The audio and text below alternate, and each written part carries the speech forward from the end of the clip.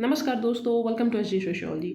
आज के इस वीडियो में हम डिस्कस करने वाले हैं जिमरमैन्स फैमिली टाइप। जिमरमैन ने परिवार के कितने प्रकार बताए हैं, किन आधार पे बताए हैं, उनमें सिमिलैरिटी क्या है, उनके बीच के कंपैरिजन, उसके एग्जाम्पल, काफ़ी सारी चीज़ें आज के इस वीडियो में डिस्कस करने वाले हैं। तो चलिए शुरू करते हैं फटाफट से। सबसे पहली बात, फैमिली टाइप को समझने से पहले हमें ये समझना होगा कि जिमरमैन ने ये फैमिली के टाइप दिए क्यों।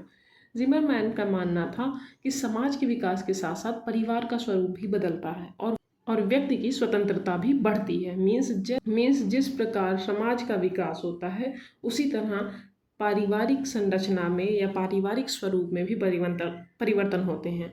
और उनका आधार क्या है? स्वतंत्रता या सत्ता किसके हाथ में है। क्या व्यक्ति स्वतंत्र है, वो किसी के कंट्रोल में है या नहीं, उसके ऊपर अथॉरिटी किसकी है। इस आधार पे जिमरमैन ने 3 टाइप बताए थे फैमिली के। पहला है ट्रस्टी फैमिली, दूसरा है डोमेस्टिक फैमिली, तीसरा है ऑटोमेस्टिक फैमिली। हिंदी में नाम आप याद कर लो, न्यासधारी परिवार, गृहस्थ परिवार, आणविक परिवार। अब सबसे पहले आप उदाहरण देख लो, उसके बाद आपको समझ में आ जाएगी कि ये तीनों फैमिली टाइप होती क्या है। मान लो ये एक फैमिली है, यहाँ पे फैमिली मेम्बर्स एक साथ रहते हैं।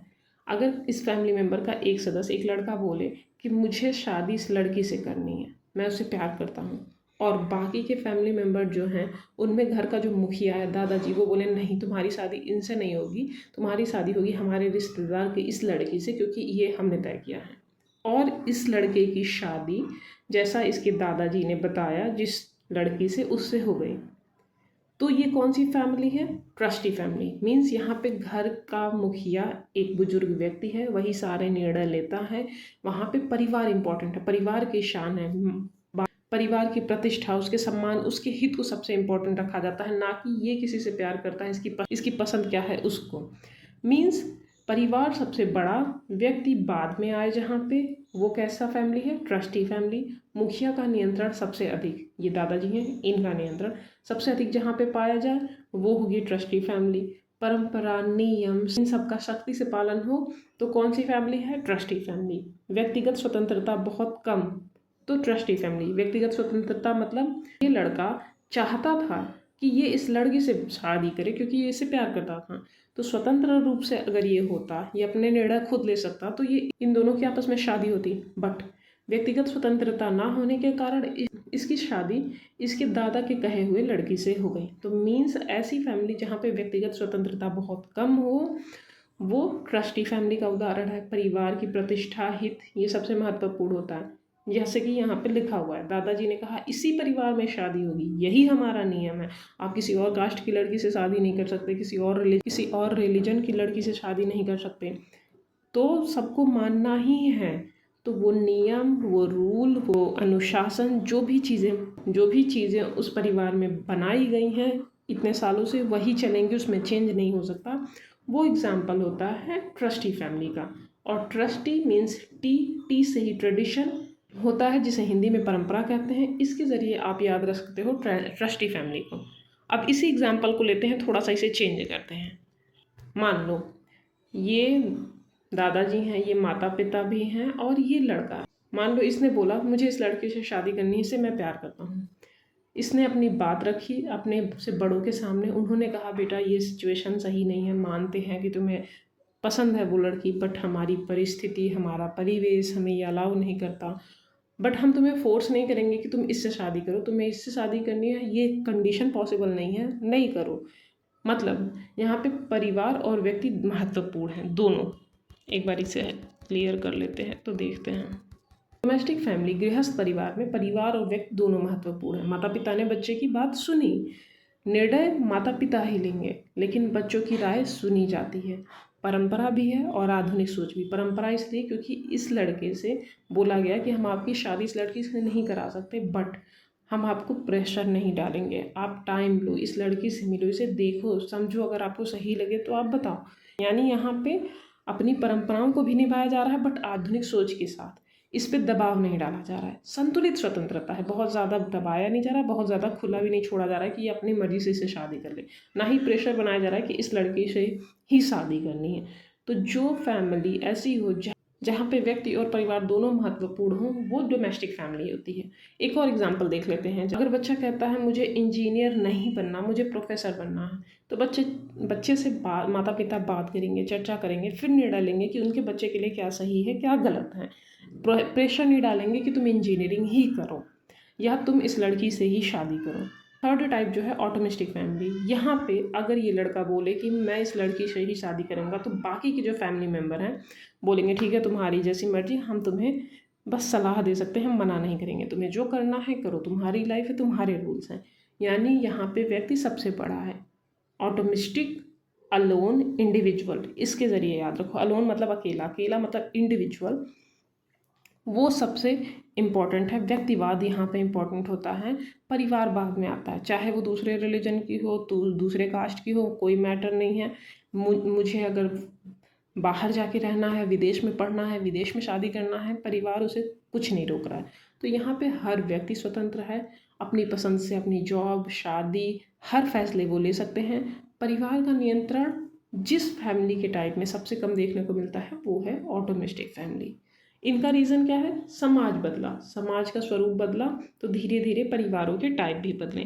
अब अगर सिमिलैरिटी की हम बात करें तो ध्यान से देखो, हैं तो तीनों ही परिवार, तीनों परिवार के प्रकार हैं, तीनों सामाजिकरण का काम करते हैं और तीनों में ही सदस्यों को सुरक्षा, भावनात्मक सहयोग और पहचान प्रदान की जाती है। अगर आपका फैमिली टाइप संयुक्त परिवार हो चाहे एकांकी, आपके पेरेंट्स, आपका खानदान जो भी है वो उसी के ज़रिए आपको पहचान मिलती है, तो आपको पहचान भी मिलेगी, भावनात्मक सहयोग, सुरक्षा, ये सारी चीज़ें परिवार के ज़रिए मिलती हैं, चाहे कोई भी टाइप हो।